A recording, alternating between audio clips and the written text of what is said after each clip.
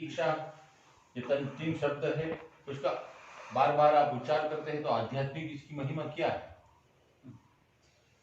आशा तो सब जानते हैं, उम्मीद है। आशा पर दुनिया कायम है। सारी दुनिया को कौन चलाता है? आशा। हम पढ़ाई लिखाई क्यों करते हैं? आशा है नौकरी मिलेगी। जीने की इच्छा क्यों करते हैं? आशा सबकी देवी है वो। वाह, सबसे बड़ी देवी आशा। आशा ही जलाती है सबको, आगे बढ़ाती है, सब कुछ आशा ही करती है। पर वो दो रूप होते हैं, एक विश्वास होता है उसके साथ। अगर बच्चा पढ़ता है तो आशा है पढ़ लिख करके बड़ा आदमी बनूंगा, तो विश्वास भी होता है साथ ही साथ आशा का। आशा के बगैर दुनिया न चलेगी, आशा होगी तभी दुनिया चलती है। सब चीज में आशा है। सत्संग में भी आशा होती है। हाँ, होती है महाराज। हाँ, कि मेरे को कुछ समझ में आएगा। हाँ, ज्ञान हो जाएगा, कभी हो सकता है मैं भी भक्त हो जाऊं, ज्ञानी हो जाऊं। आशा है ये। राशि तो है, सत्संग में आते हैं लोग। आशा ना हो तो कोई कार्य ना हो। आशा का विशेष महत्व होता है। दूसरी का है प्रतीक्षा। हाजी महाराज, वेटिंग। प्रतीक्षा का मतलब इंतजार करना। ईगरली, बट समय लगेगा कई चीज का, तो हम प्रतीक्षा करते हैं। रेलवे स्टेशन पर खड़े हैं, गाड़ी आने की प्रतीक्षा है। बस अड्डे पर खड़े हैं, बस आने की प्रतीक्षा है। सीट मिलने की प्रतीक्षा है।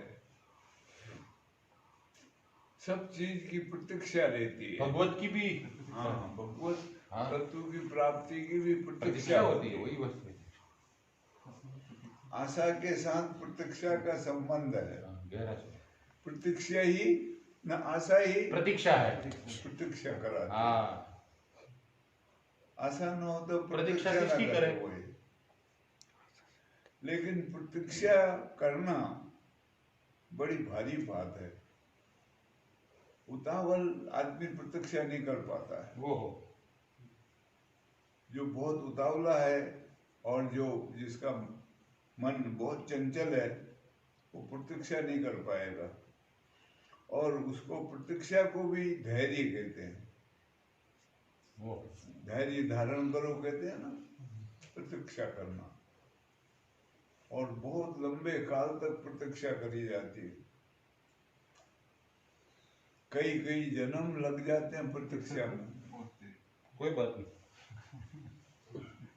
एक समय की बात है, स्वामी श्री स्वरूपानंद जी महाराज, दादा गुरु हमारे, वहाँ चिकोड़ी में थे, लाहौर के पास जगह थी। तो वहाँ भक्त आते जाते रहते थे। एक बार एक पंजाबी उनका ज्यादा था जोर, उसमें भी सिख कौम ज्यादा आती जाती थी, हिंदी भी। ये क्योंकि गुरु की भक्ति के मार्ग में ये ज्यादा आगे बढ़ते हैं। तो कोई एक फौजी सरदार था, मेजर था वो दर्शनार्थ आया। तो महाराज जी ऐसे दर्शन नहीं देते थे। वो कोई दो चार महात्मा होते थे, वो सब कार्य करते थे, वही आगे पीछे रहते थे। तो बाहर आके सार्वजनिक रूप से दर्शन देते थे। फिर कभी कोई मत्था टेकना होता तो उसी समय होता था। तो कभी कभी वो पहले तो वहाँ वो ज्ञान का घटक लगता था, बैसाख महीने और माघ महीने में। तो एक एक महीने पूरा सत्संग करता था, ऐसा रिवाज था वहाँ। लेकिन वो कभी कभी ऐसे दर्शन देने निकलते थे, कभी नहीं भी निकलते थे, उनकी मर्जी के ऊपर थी वो संत की मौज होती है, उसको कोई बोल नहीं सकता। तो मेजर को दर्शन नहीं हुए, 8 दिन हो गए। तो वो जाने का टाइम आ गया उसका, तो उसने बड़ा हल्ला मचा दिया। वो हल्ला मच गया तो वो खबर महाराज जी तक गई अंदर। क्या बात हुआ? बोला एक फौजी है मेजर साहब, दर्शन के लिए कहता है दर्शन नहीं। बोले क्या बात है, मेरे को इतने समय हो गया। तो सुना तो बाहर आए, तो मेजर गया दर्शन करने, मत्था टेका। तो पूछा क्यों इतना शोर मचाया तुमने, अल्लाह का? बोला 8 दिन हो गए मेरे इंतजार करते, दर्शन होंगे अभी छूट गए, मैं शाम को गया। बोला 8 दिन में तुम्हारे को ये हाल हो गई, 8 जन्म भी लग जाते हैं तब भी दर्शन नहीं होते। वाह।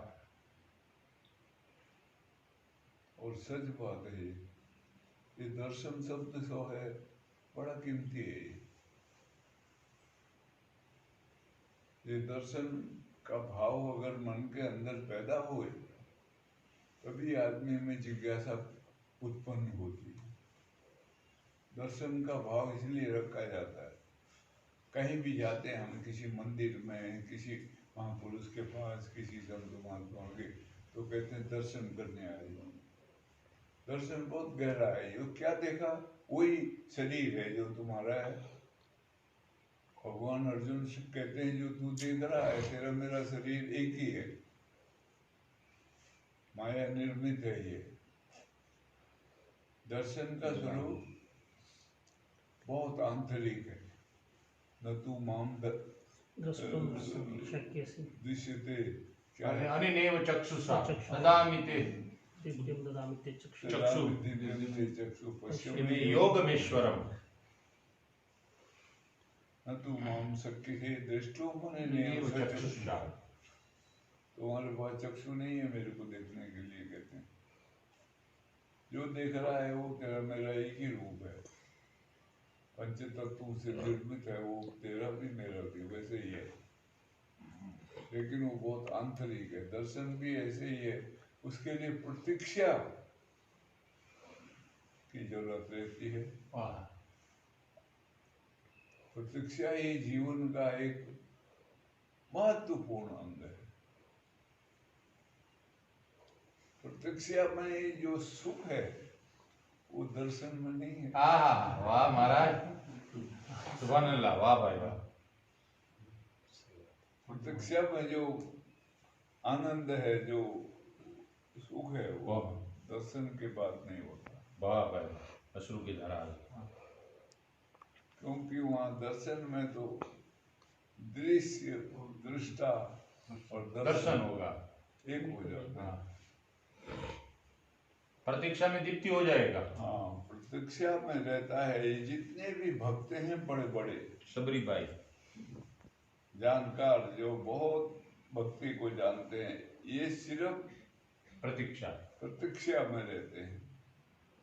इसी को भक्ति कहते हैं। वो प्रतीक्षा ही भक्ति है। भक्ति है। भक्ति करने का मतलब प्रतीक्षा करना और निरंतर उद्यम करना। उद्यम ही परा पूजा।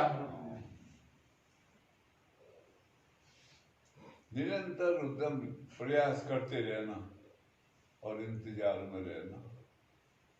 आज नहीं तो कल, कल नहीं तो कल, ऐसे कभी न कभी वो समय आएगा जब आपके साथ में रूबरू होऊंगा, आमने सामने होऊंगा। तो ये यही भक्ति का रूप माना जाता है। प्रतीक्षा सबसे बड़ी है। इसके लिए बड़ा भारी धैर्य की जरूरत पड़ती है। अशांत मनसा कुतः सुखम। हाँ, सुख नहीं मिल पाएगा, कहीं पर ठहरेगा नहीं वो। ठहरना है, प्रतीक्षा में ठहरना है। और ऐसा भी है कि जब वहां पहुंचता है उस स्थान को, वहां ठहरना मुश्किल होता है। झलक मिल जाती है, भाग जाता है वो।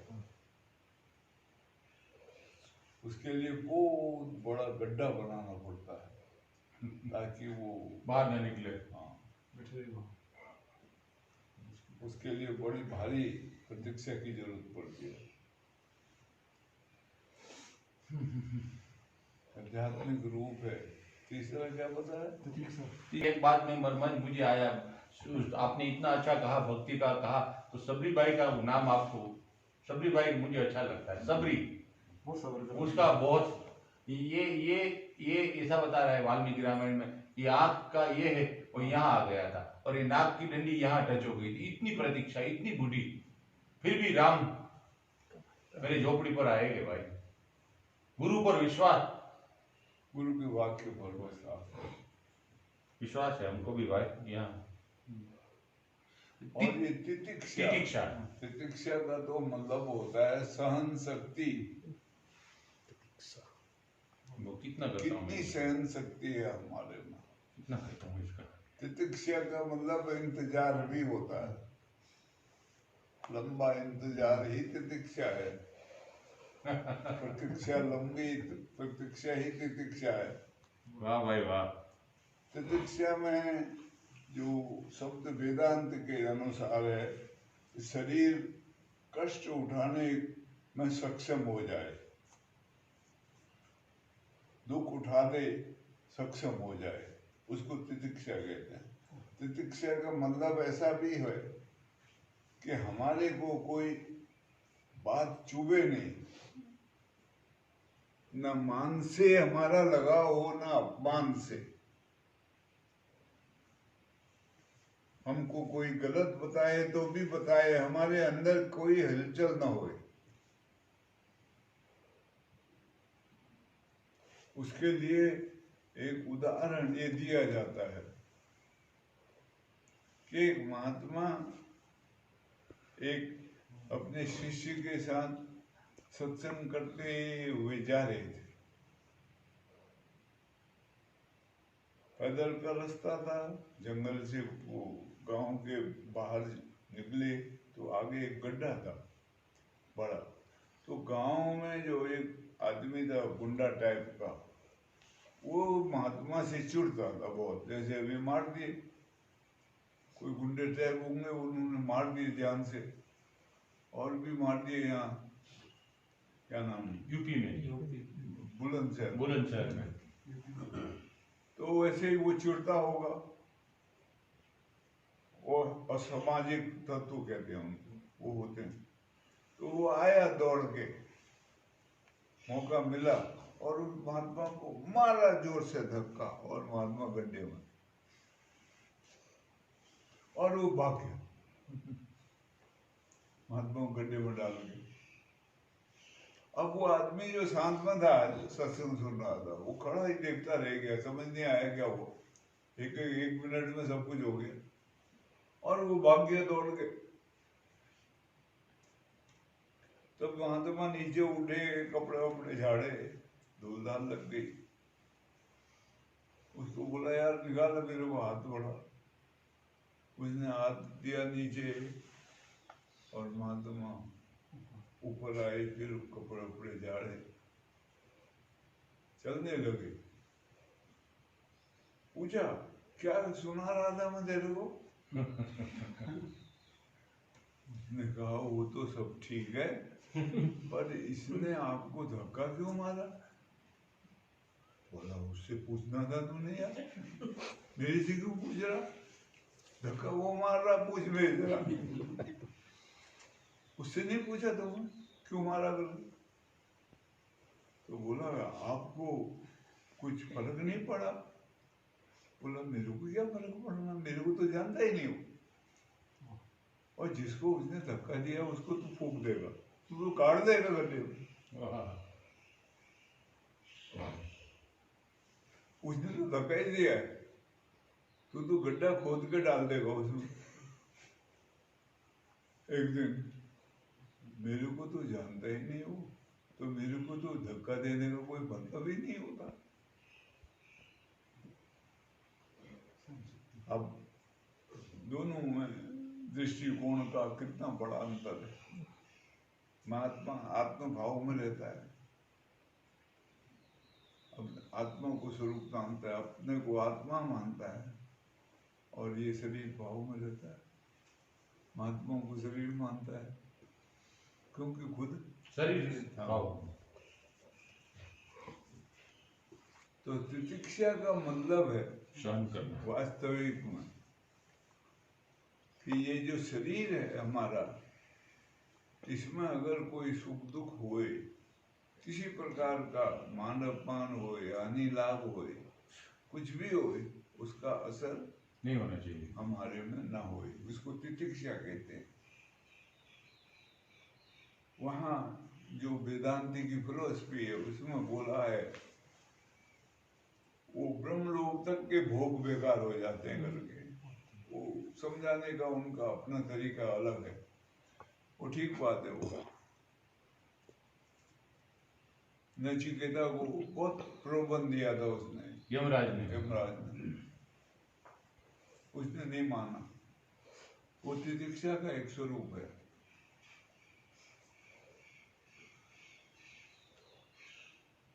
तो ये आपस में संबंध है तीनों का, एक के साथ दूसरा जुड़ा हुआ है। आशा के साथ प्रतीक्षा, बगैर आशा के प्रतीक्षा नहीं होगी, प्रतीक्षा नहीं हो पाती, और बगैर तितिक्षा के प्रतीक्षा का कोई अर्थ नहीं है। वाह भाई वाह, कवि है भाई। हाँ, इन तीनों का गहरा संबंध है, एक दूसरे से जुड़ी हुई है। आशा है तब प्रतीक्षा है, प्रतीक्षा है तो तितिक्षा भी होनी चाहिए। वेदांत का शब्द है वो, उसमें वो कहते हैं समदम उपरति तितिक्षा और तितिक्षा।